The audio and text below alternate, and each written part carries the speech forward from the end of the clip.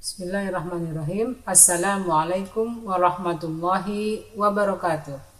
Innal hamdalillah nahmaduhu wa nasta'inuhu wa nastaghfir wa na'udzu billahi min shururi anfusina wa min sayyiati a'malina.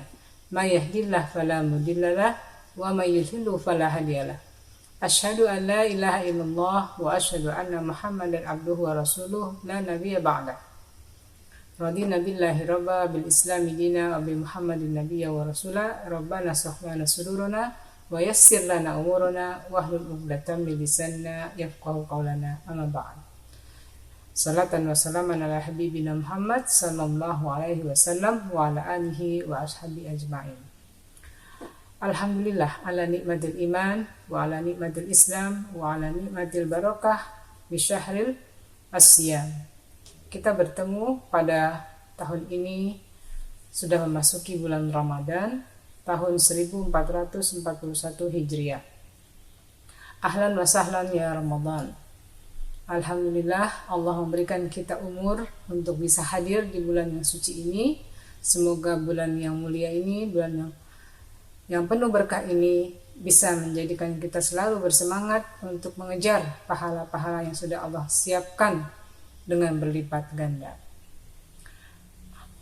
Para ibu-ibu dan adik-adikku sekalian, saya akan menyampaikan fikih siam, yang mana fikih siam atau fikih puasa adalah ilmu yang akan berguna bagi para muslimah, khususnya untuk mempersiapkan diri dalam rangka menjalankan puasa Ramadan.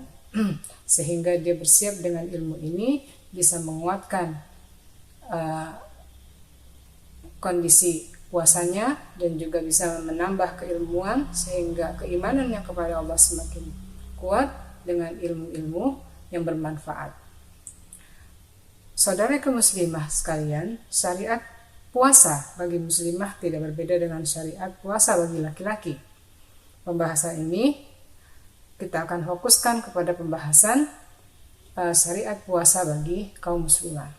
Kita semua sudah tahu bagaimana firman Allah tentang puasa dalam surat Al-Baqarah ayat 182 sampai 185. A'udzu billahi minasyaitonir rajim.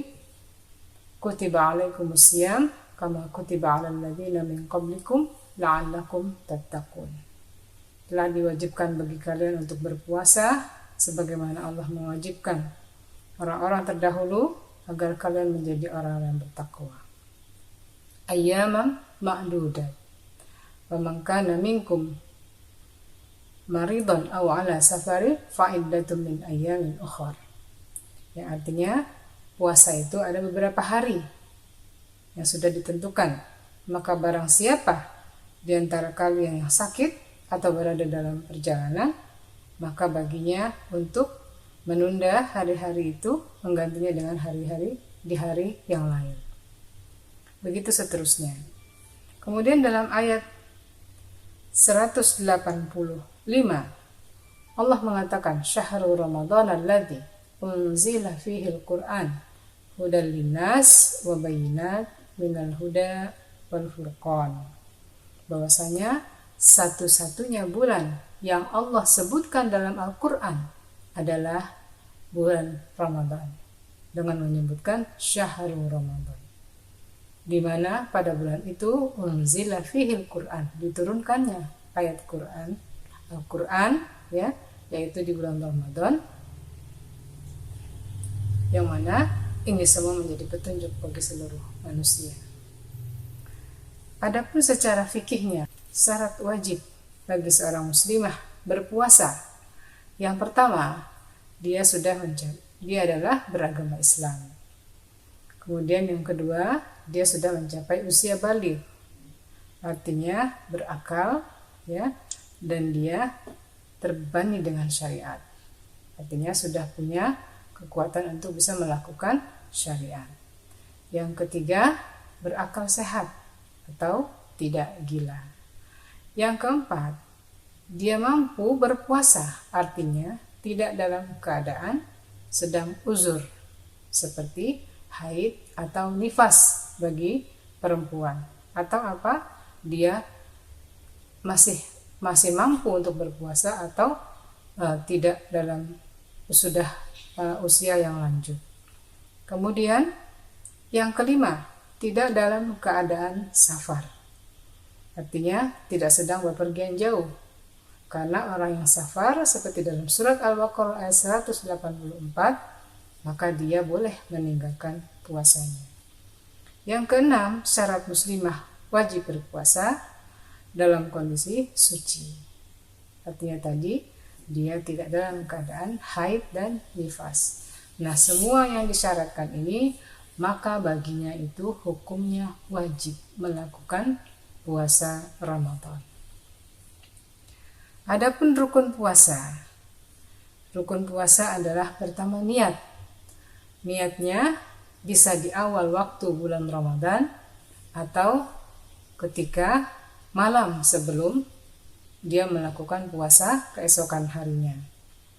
Dalam sebuah hadis Rasulullah SAW bersabda, "Man lam yujma' asyam qoblal fajri fala siyamalah." Artinya, barang siapa yang belum menguatkan niatnya berpuasa sebelum fajar, maka tidak dianggap puasanya. Hadis ini diriwayatkan oleh Abu Daud. Apalagi rukun puasa setelah niat, yang kedua adalah menahan diri dari semua perbuatan yang bisa membatalkan puasanya. Dimulai dari sejak terbitnya fajar sampai terbenamnya matahari. Allah mengatakan ayyaman ma'dudat faman kana minkum maridan aw ala safarin. Artinya ada beberapa hari yang ditentukan oleh Allah untuk berpuasa. Kalau bulan Ramadan sebulan penuh.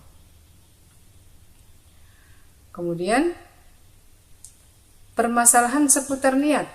Di sini ada perbedaan pendapat.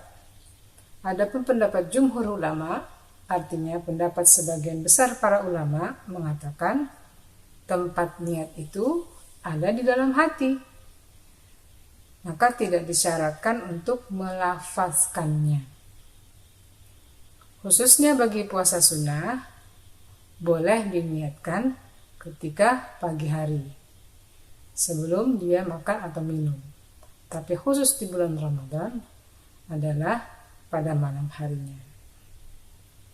Kemudian apa yang membatalkan puasa bagi muslimah? Sebagian sama dengan hal-hal yang membatalkan puasa bagi kaum laki-laki.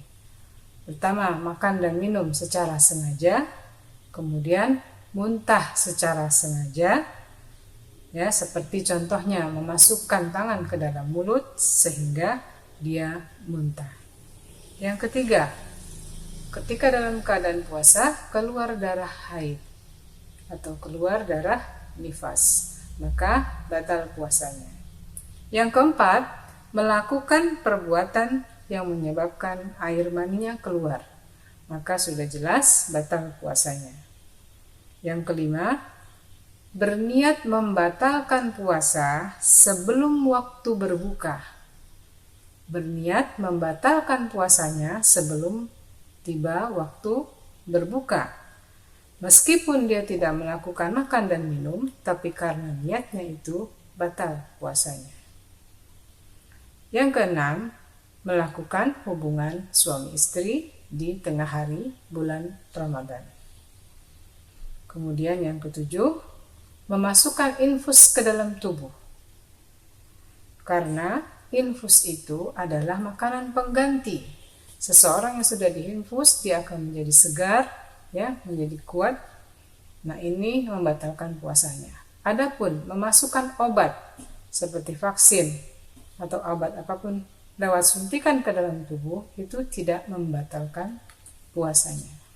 Karena dia tidak menjadikan, dia bukan makanan yang disuntikan ke dalam tubuhnya. Kemudian apa yang tidak, itu tadi semua yang membatalkan puasa bagi muslimah. Apa yang tidak membatalkan puasa bagi seorang muslimah itu? Yang pertama adalah bersiwak Bersiwak sudah jelas seperti menyikat gigi, tapi tidak menggunakan obat gigi atau odol. Cukup dengan siwak atau dengan sikat gigi, tapi tidak menggunakan odol. Kemudian berendam di dalam air selama tidak masuk air tersebut ke dalam kerongkongannya, maka puasanya tidak batal. Yang ketiga, menggunakan obat-obatan yang tidak masuk ke saluran pencernaan. Seperti apa? Obat tetes mata. Kemudian obat tetes telinga. Kemudian tadi jarum suntik, untuk memasukkan obat ke dalam tubuhnya harus melalui obat suntikan. Kemudian memasukkan oksigen melalui pernafasannya. Namun, jika obat-obatan tersebut berupa asupan gizi yang menambah kekuatan dalam tubuhnya seperti infus yang tadi, maka dia dianggap batal puasanya. Demikianlah hal-hal yang tidak membatalkan puasanya. Terima kasih. Mohon maaf jika ada kekurangan. Saya Lisa Malika MC mengucapkan selamat melakukan ibadah puasa. Assalamualaikum warahmatullahi wabarakatuh.